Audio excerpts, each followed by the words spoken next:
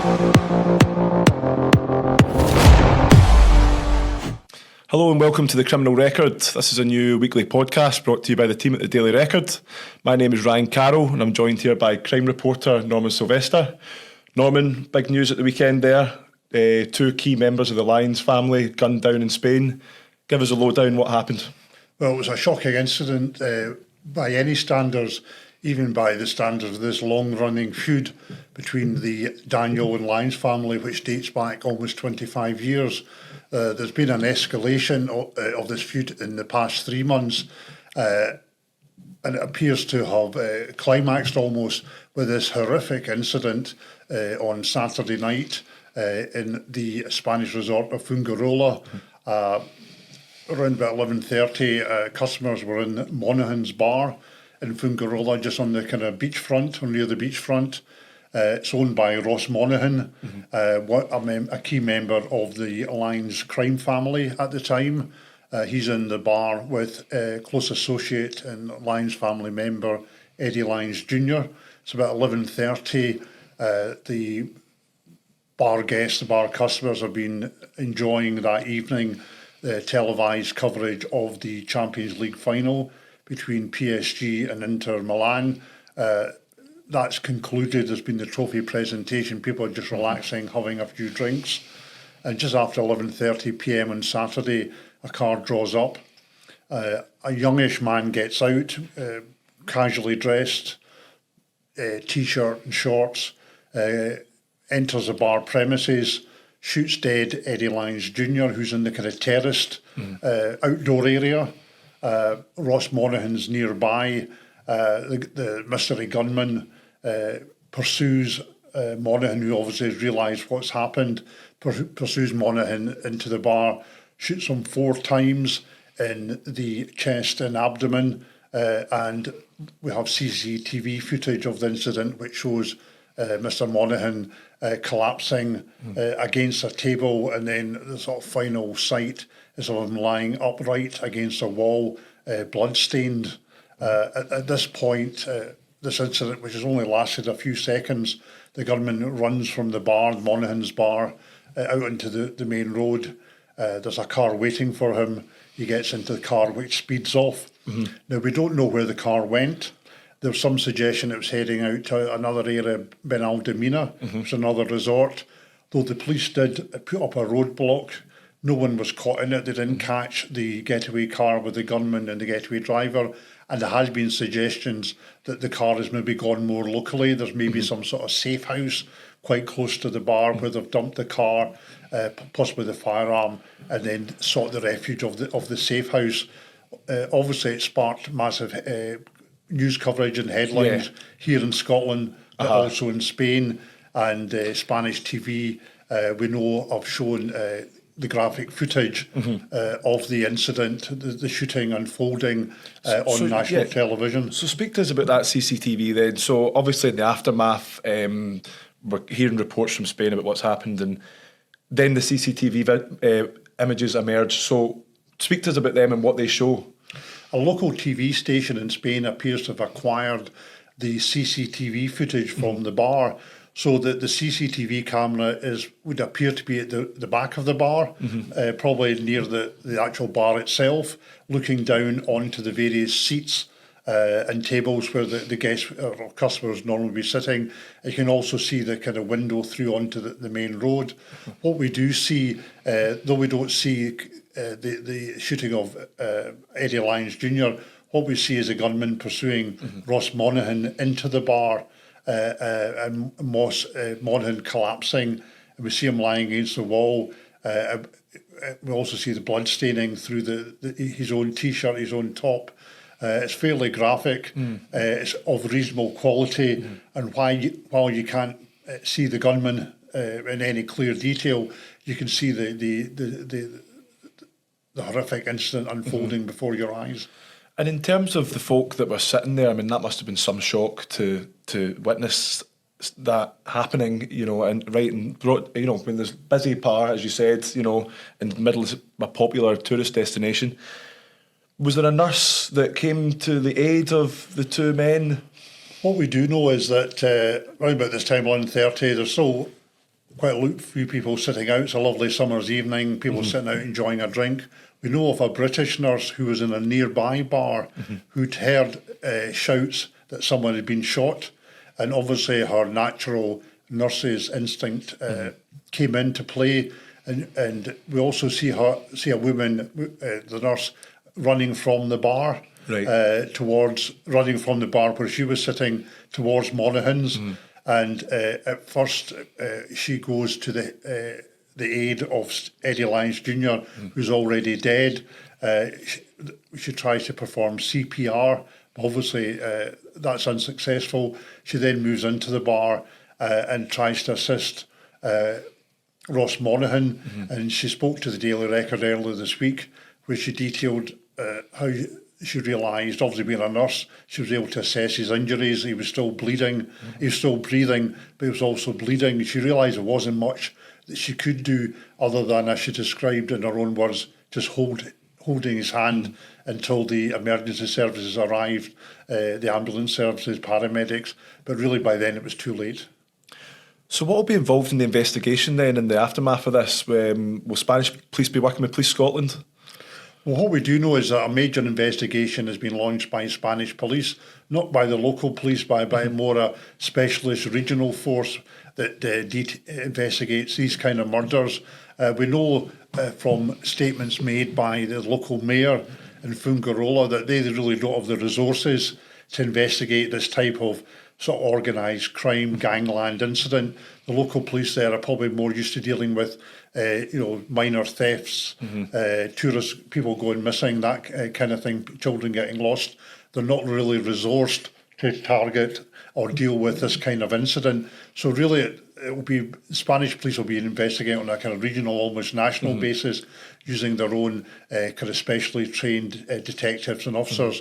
We also believe that they've reached out to Police Scotland. Police Scotland won't be investigating the matter as such, but as far as we're aware, they'll be sharing information and intelligence with the Spanish authorities on the background to the murder, about the backgrounds to the two victims, and this will obviously give pointers to the Spanish police about where their investigation might go. But as far as I'm aware, really, it's been treated as any other murder. You know, they'll be speaking to local people, looking for eyewitnesses, doing door-to-door inquiries. We know they'll be checking CCTV to see if the gunman and getaway driver have been caught in CCTV. They would have had to have been in the area, I would assume, for some period of time prior to the murder, probably recceing it, perhaps being given information by other parties about the identities of the people that they're targeting, maybe descriptions or even information about when they might be in the bar. They'll be looking at local CCTV, dash cam footage, and plus any mobile phone footage that people may have taken. You speak about the background there on the pair, Eddie Lyons and Ross Monaghan. Can you take us right back to the very start about the Lyons family and where this feud all started? You know, I know it dates back quite a while, so when did this all begin? This is a feud that dates back. The feud between the Lyons and Daniels family dates back to 2001, and this is a further escalation that takes the feud to a whole new dramatic level. You've got to go back to the summer of 2001, 24 years ago. The Daniel family were using a safe house in the Milton area of Glasgow to store a consignment of cocaine worth about £20,000. Now, the allegation is that a group of young Lyon crime gang members, including Ross Monaghan and Eddie Lyons Jr, were part of a group called the Club Boys that based themselves in a local community centre in Milton called Churnside. The allegation is either they or others with connections to the Lyons family stole or misappropriated the Daniel cocaine and did not pay for it. Right. And that is really where the feud stems from. Obviously, in the criminal underworld, debts are key. People who don't pay their drugs debts, whoever it is that is due the money, there's a question of their reputation and face. So they've got to take measures to recoup their loss. And it's really from there, we've seen in the immediate aftermath of the theft, we saw a series of tit-for-tat shootings on various gang members. This culminated in December 2006 when two gunmen went into a MOT station run or owned by a Lyons family member and shot a member of the family, shot him dead. Michael Lyons and two others, a Stephen Lyons, brother of Eddie Lyons Jr, and a third man, Robert Pickett, who's a Lyons family associate, were both shot and seriously injured. With a further escalation 4 years later when a Daniel family member, key member, Kevin Gerbil Carroll, was shot dead at lunchtime outside at the entrance in the car park of an Asda supermarket in Rob Royston, Glasgow, for which Ross Monaghan stood trial in 2012, but was acquitted, walked free after the judge ruled there was no case to answer. But a second man, a second Lyons associate, and also a former Club Boys member, William Patterson, was convicted of the murder in 2015. And obviously, in the last couple of months in the record, we've had a number of stories reporting on, our more recent feud and different fire bombings. And what do we know about that? And is there a potential link with that to what's happened on Saturday? We saw a further escalation of the feud in March this year, where members of the Daniel family and their associates, both in Edinburgh and Glasgow, were targeted in a series of fire bombings and other attacks. Now, this included members of the Daniel family, such as Stephen Daniel and Robert Daniel, also included female family members, an elderly person and a young child. Now, this seems to be, appears to involve a new figure that's appeared in the last few years, a Ross McGill, right, former Rangers ultra, who is from East Kilbride, but is now based in Dubai. And he seems to have orchestrated or ordered, or is alleged to have orchestrated and ordered these various attacks. And the latest escalation seems to be over ironically, a drugs debt, this time £500,000 worth of cocaine, which appears to have been paid for with false money. So that appears to be the escalation. The suggestion that the Lyons family have been supplying details of the addresses of the various Daniel family members and associates, but also the suggestion that this particular escalation since March has got out of hand, and the Lyons themselves were not happy with the degree of escalation, which has resulted in police arresting more than 40 people. And that takes me on to my next question, which I was going to ask you: do police have a handle on this situation? Do they have a handle on the recent attacks, and are they in control of what's going on? One of the ironies of this whole feud is that the police have been successful over the years in bringing people to justice for the various attacks and fire bombings and shootings and slashings. And in the most recent spate since March, there's been 41 arrests at all levels. Some fairly senior figures have been arrested, obviously due to stand trial. So it would appear that the police do have a hold on it, do have a handle on it.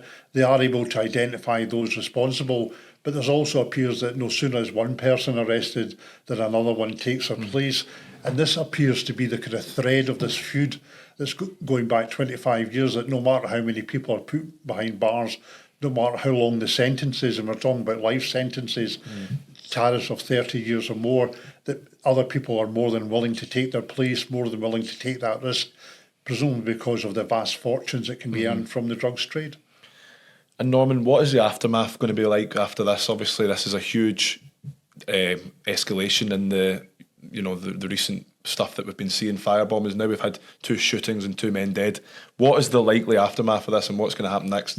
One can only fear that the murders of Ross Monaghan and Eddie Lyons Jr will create an even further, more violent escalation. It could be argued that in this 25-year feud, that their murders are the most dramatic incidents yet. And we've got to think there will be further reprisals, that the other measures will be taken, and this will create a further escalation, and it will not be allowed to let lie. This seems to be a feud that will never end. As long as there's people about, there will be further violence and further escalation, and one can only hope that the authorities can finally bring it under control before more people are killed. And also there's always the concerns that given the public nature of these murders, that one day an innocent member of the public may fall victim as well. Well, that's what I was going to ask. I mean, we're going to have listeners here that are wondering, are they in danger with the escalation here? Are regular members of the public potentially in danger? I believe that this escalation of the feud and the continuing feud is putting ordinary members of the public at danger. In the past, gangland feuds, gangland shootings, gangland activity often takes place in the shadows, takes place at night in remote locations. But what we've seen with the Lyons and Daniels feud and the various escalations is public attacks, a garage, supermarket, now a bar where holidaymakers are sitting enjoying a late night drink. It is possible and perhaps even inevitable that one day an innocent member of the public will get caught up, somebody caught in the crossfire. When you've got two gangs shooting each other, who's to say a member of the public? It could have been someone in the supermarket or in the garage or in the bar getting caught in the crossfire, or it could be somebody perhaps going to the rescue or perhaps trying to intervene, being a bit of a hero, inadvertently getting caught up. I think there's no doubt that as long as this feud continues, there's an increasing risk that ordinary members of the public will get caught up and fall victim. And you touched on it earlier, but what do police have to do to get this under control? The police can't monitor the activities of these people 24 hours a day. That's really what it would take. You would have to have a massive team of police officers following all the different individuals about 24 hours a day, 365 days a year. That's a problem. And there's also the problem that every time they arrest someone, no matter how senior, no matter how high they are up the ladder, there's always someone else willing to take that place. Mm-hmm. We've seen that in the last 3 months with the escalation of the feud. New young people coming to the fore, a new younger ringleader, 31, seeming to be involved. A lot of the people that have been arrested in connection with these incidents are young people in their late teens, early 20s. And it seems that no matter how many people the police arrest, there's always someone willing to take their place. So thank you very much, Norman, for your insight. I really appreciate it. I know that a lot of people will be wondering what's going on after that news broke on Sunday. So thanks again, Norman. Thank you very much. Thank you. Thank you for joining the Criminal Record. This is a new weekly podcast, so join us next week where we'll discuss the latest updates. If you have any questions, leave a comment in the YouTube section, or you can email us at reporters@dailyrecord.co.uk. Thanks very much.